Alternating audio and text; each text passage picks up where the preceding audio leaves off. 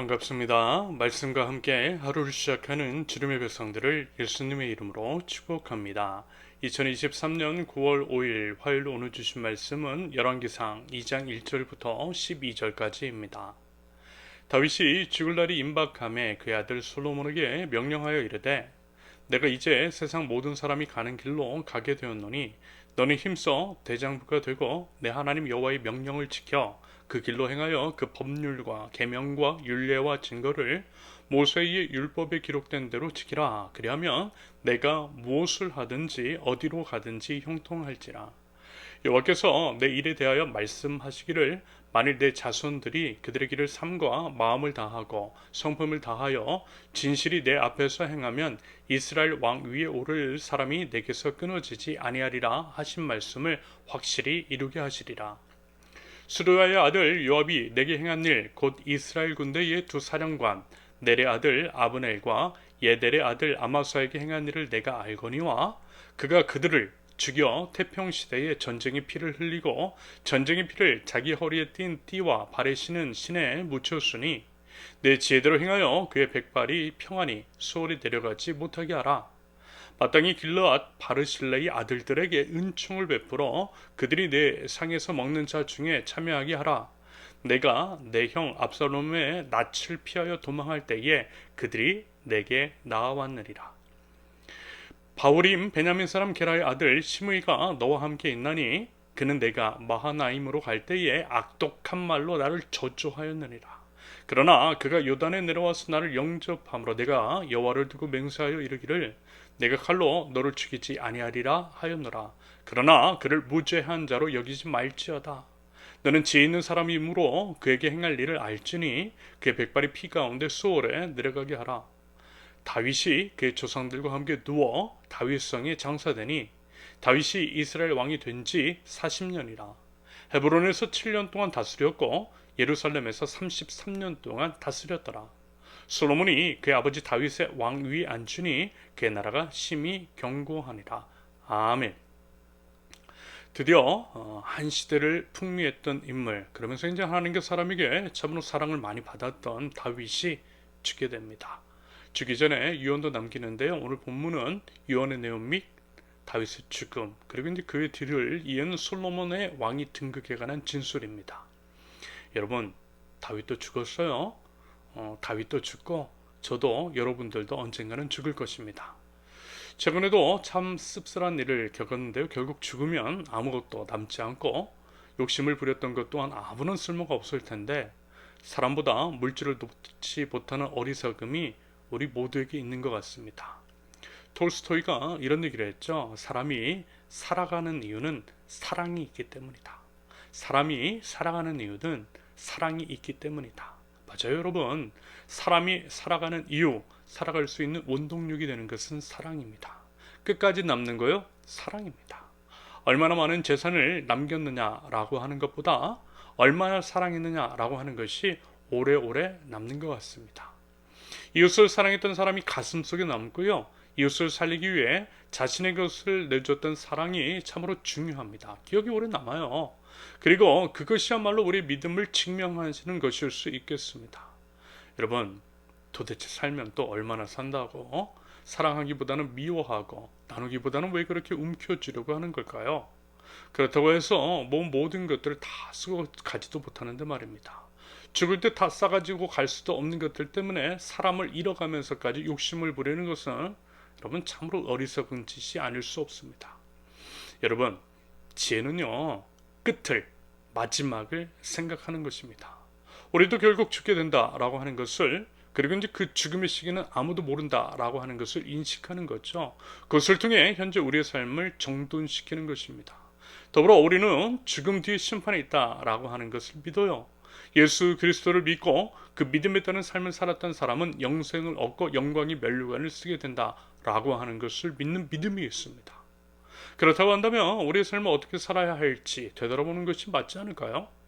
그것이 잔치집보다는 초상집에 가는 것이 낫다라고 하신 성령의 가르침의 이유일 것입니다.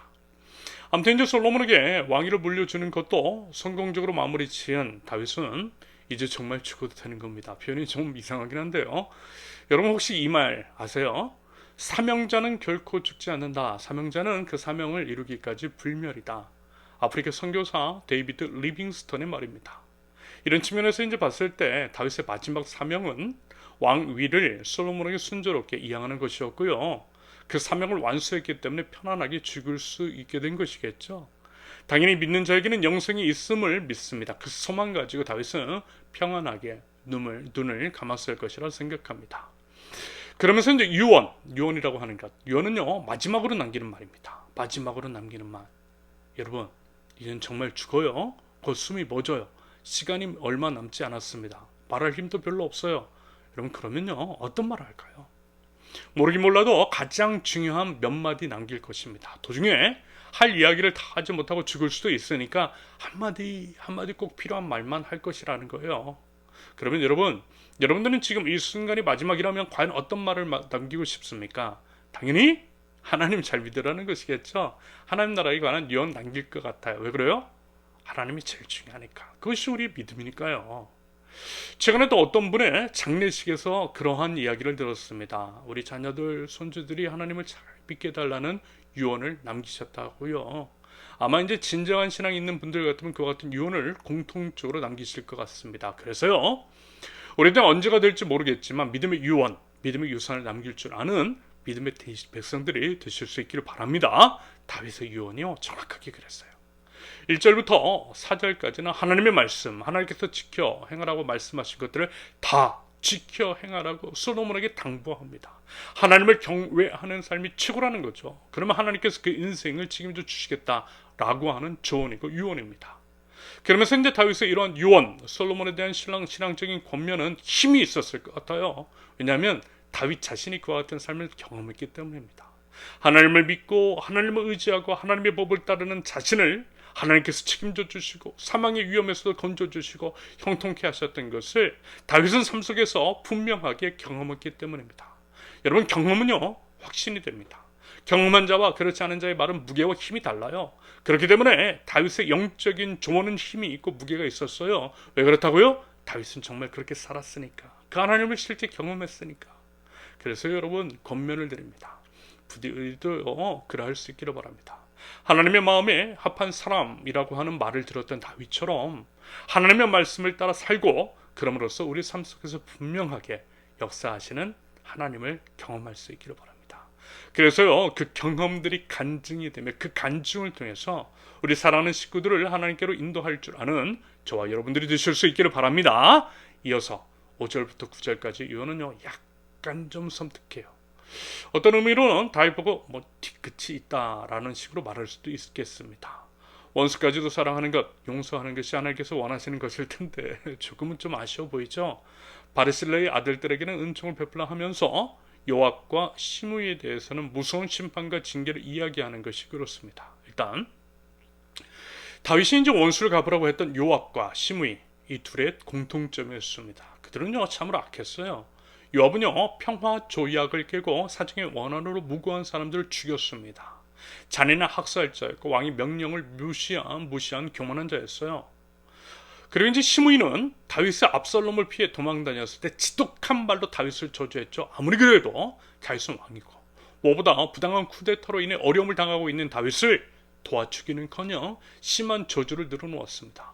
고난 중에 있는 이웃을 더러 괴롭혔던 참으로 불의하고 악한 자, 하나님의 정의를 훼손한 자였어요.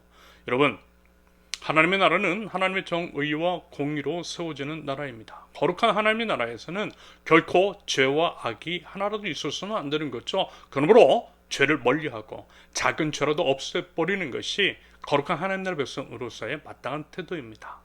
더더군다나 여러분, 지금이 언제예요? 솔로몬의 제위 초기입니다.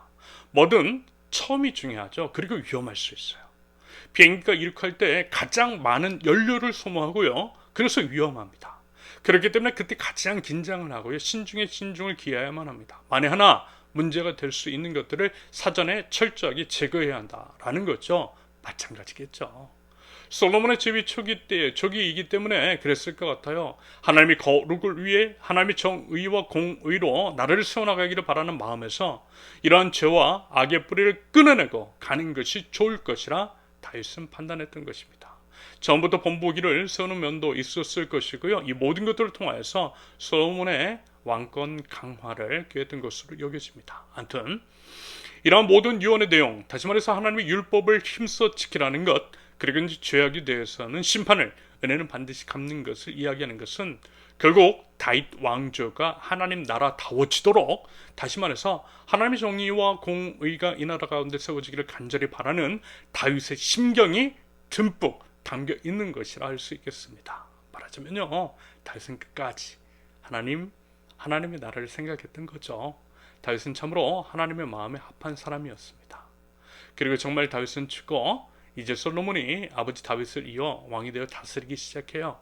그 이야기가 내일부터 또 펼쳐지게 될 텐데요. 바라기는 다윗이 그러했던 것처럼 부디 하나님 중심적인 삶을 살아가고 하나님을 위한 삶을 철저히 살아내며 하나님 나라를 힘써 갈망할 줄 아는 저와 여러분들, 하나님 나라에서 우리 세우는 교회 모든 성도들이 되실 수 있기를 예수님의 이름으로 축원합니다. 함께 기도합니다.